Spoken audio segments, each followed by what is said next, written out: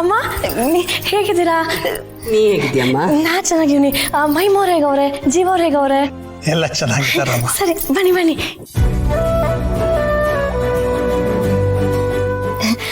ಏನ್ ತಗೊಳ್ತೀರಾ? Coffee, tea, juice? ಪರವಾಗಿಲ್ಲಮ್ಮ, ಎಲ್ಲ ಮುಗಿಸ್ಕೊಂಡೆ ಬಂದ್ವಿ. ಅಯ್ಯ ಅದೇಂಗಾಯ್ತದೆ? ಇವಾಗ ನೀವೇನೋ ತಕೊಂಡಿಲ್ಲ ಅಂತಂದ್ರೆ ಅಕ್ಕಾರ್ ಬೇಜಾರು ಮಾಡ್ಕೊಳ್ತಾರೆ. ಅಕ್ಕಾರ್ ಬೇಜಾರು ಮಾಡ್ಕೊಂಡ್ರೆ ಅವ್ರ ಹೊಟ್ಟೆಲ್ದಿರೋ ನಿಮ್ಮ ಅಮ್ಮಗೂ ಬೇಜಾರು ಮಾಡ್ಕೊಳತ್ತೆ. ಅಯ್ಯೋ ಅಜ್ಜಿ ತಾತ ಮನೆವರೆಗೂ ಬಂದು ಏನೂ ತಗೊಂಡೇ ಇಲ್ಲ ಅಂತಂದ್ಬಿಟ್ಟು.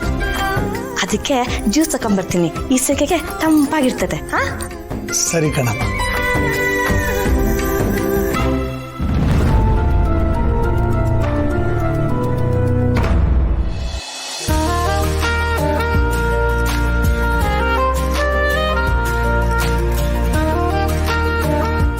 ಹೌದು, ನೀವು ಬರ್ತೀರಾ ಅಂತ ಅಕ್ಕಾರು ನನಗೆ ಹೇಳಿಲ್ಲ.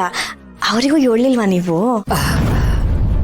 ಇಲ್ಲಮ್ಮ, ನಾವು ಬರ್ತೀವಿ ಅಂತ ಗೊತ್ತಿತ್ತು ಅವಳಿಗೆ, ಆದರೆ ಇವತ್ತೇ ಬರ್ತೀವಿ ಅಂತ ಗೊತ್ತಿರಲಿಲ್ಲ. ಹೌದಾ? ಅದು ಬಸ್ರಿ ಬೈಕೆ ಅಲ್ವಾ, ಅದಕ್ಕೆ ಬೈಕೆ ಬುತ್ತಿ ಕೊಟ್ಟು ಹೋಗೋಣ ಅಂತ ಬಂದ್ವಿ.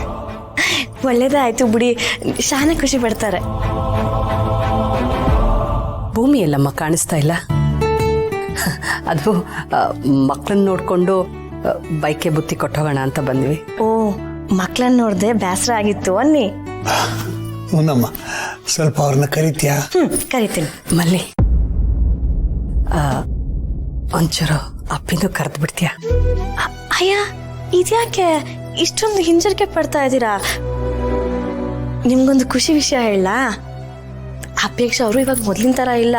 ಅವ್ರ ಕೋಪ ತಾಪ ಎಲ್ಲ ತಣ್ಣಗಾಗೈತೆ. ನೀವು ಬಂದಿರೋ ವಿಚಾರ ಅವ್ರಿಗೆ ಏನಾದ್ರು ಗೊತ್ತಾದ್ರೆ ಶಾನೆ ಖುಷಿ ಪಡ್ತಾರೆ. ಇರಿ, ನಾನು ಕರ್ಕೊಂಡ್ಬರ್ತೀನಿ.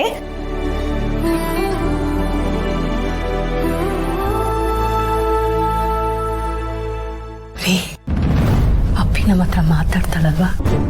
ಮಾತಾಡ್ತಾಳೆ ಅಂತ ಅನಿಸುತ್ತೆ. ಈ ಸಲಿನ ಅವಳು ನಮ್ಮ ಹತ್ರ ಮಾತಾಡ್ಲಿಲ್ಲ ಅಂದ್ರೆ ಆಮೇಲೆ ನಮ್ಗೆ ಅದಕ್ಕೆ ಅವಕಾಶನೇ ಇರಲ್ವಲ್ರಿ. ಹಾಕಿನಿ, ಸಮಾಧಾನ ಮಾಡ್ಕೊ. ಯಾರಾದ್ರೂ ನೋಡಿದ್ರೆ ಕಷ್ಟ. ಮಲ್ಲಿ ಹೇಳಿದಾಳಲ್ವಾ ಅವಳು ಬದಲಾಗಿದ್ದಾಳೆ ಅಂತ. ಇವಾಗ ಏನ್ ಮಾಡ್ಲಿ? ಅದಕ್ಕೆ ಈ ವಿಷಯ ಹೇಳೋದಾ? ಆದ್ರೆ ಅವ್ರು ಇವಾಗ ಪ್ರೆಗ್ನೆಂಟ್ ಬೇರೆ. This is not the right time. ಹಾಗಂತ ಹೇಳ್ದೆ ಇರೋದಕ್ಕೂ ಆಗಲ್ಲ.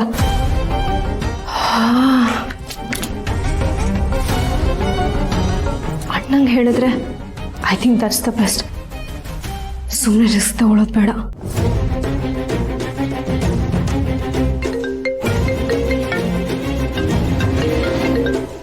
ಹಾಯ್ ಪುಟಿ. ಹಾಯ್ ಅಣ್ಣ. ಹೇಗಿದ್ಯಾ? ಏನು ಅಪರೂಪಕ್ಕೆ ಫೋನ್ ಮಾಡ್ಬಿಟ್ಟಿದ್ಯಾ? ಏನು ವಿಷಯ?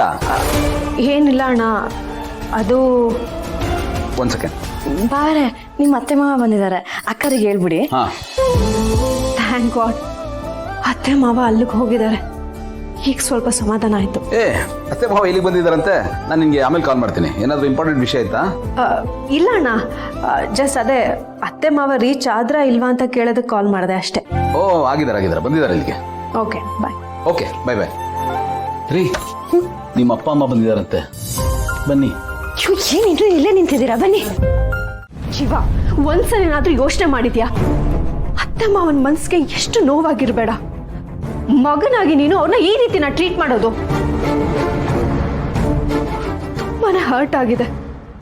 ಯಾವತ್ತು ಅಣ್ಣನ ಮನೆಗೆ ಹೋಗದೆ ಇರೋರು ಇವತ್ತು ಹೋಗಿದ್ದಾರೆ ಅಂದ್ರೆ ಅವ್ರಿಗೆ ಎಷ್ಟು ಹರ್ಟ್ ಆಗಿರ್ಬೇಡ. ಯಾಕೆ ಜೀವ ನೀನು ಹೀಗಾಗೋದೆ?